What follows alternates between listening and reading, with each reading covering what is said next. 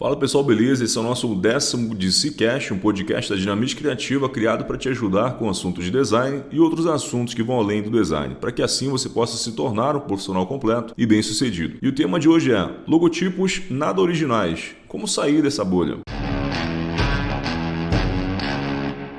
É muito comum, principalmente para quem está começando, não ter ideias originais para projetos de segmentos muito comuns. Segmentos como a área da odontologia, advocacia, padaria, frutaria e áreas da beleza. Geralmente são muito tradicionais e nada originais.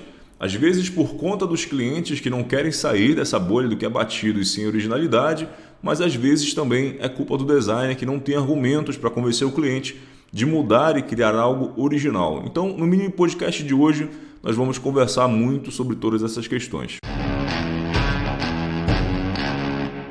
Como sair da bolha do tradicional e criar algo original? Sempre que eu vou começar um processo de pesquisa para algum projeto, eu me deparo com os símbolos batidos e nada originais, como por exemplo, escritórios de advocacia trabalharem com uma balança, barbearias terem uma tesoura ou um topete, padarias teriam trigo ou pão e, de fato, alguns clientes são bem tradicionais, alguns segmentos até precisam manter esses símbolos por alguns motivos, como falta de verba para conscientização ou publicidade adequada, e nem sempre nós vamos conseguir mudar isso.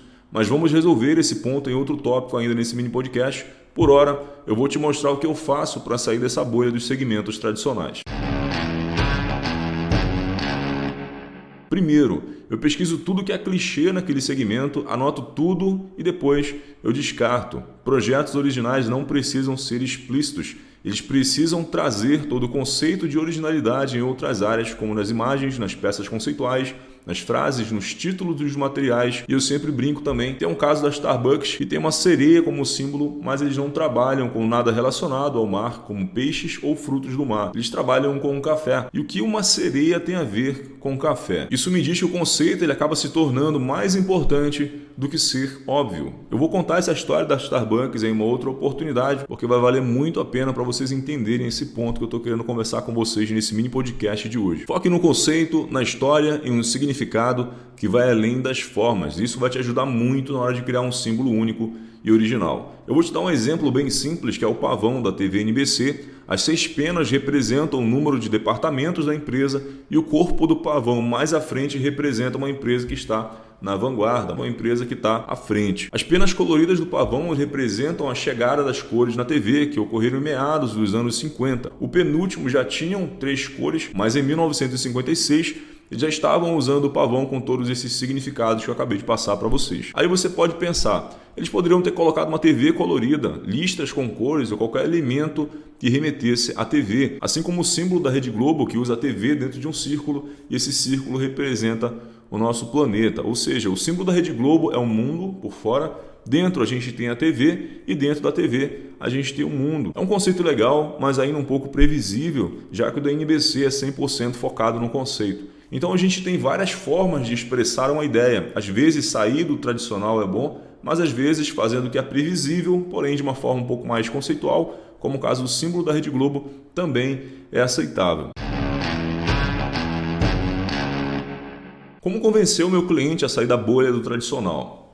Embora alguns achem que essa é a parte mais difícil, eu vou mostrar para vocês que essa na verdade é a parte um pouco mais fácil. Primeiro, você precisa ter argumentos plausíveis. Segundo o dicionário, plausível é que se pode admitir, aceitar, razoável, ou seja, você precisa determinar argumentos que não deixem dúvidas de que aquilo que você quer fazer é o melhor caminho. Então você precisa explicar os benefícios e as desvantagens. Benefícios de sair do tradicional e desvantagens de ficar no tradicional, no que é batido e nada original. Então vamos aos argumentos agora e vocês vão conseguir entender quais são os argumentos que eu uso na hora de convencer o meu cliente a mudar aquele segmento tradicional, mudar para algo original e sair desse padrão, sair dessa bolha batida de fazer símbolos batidos para segmentos específicos.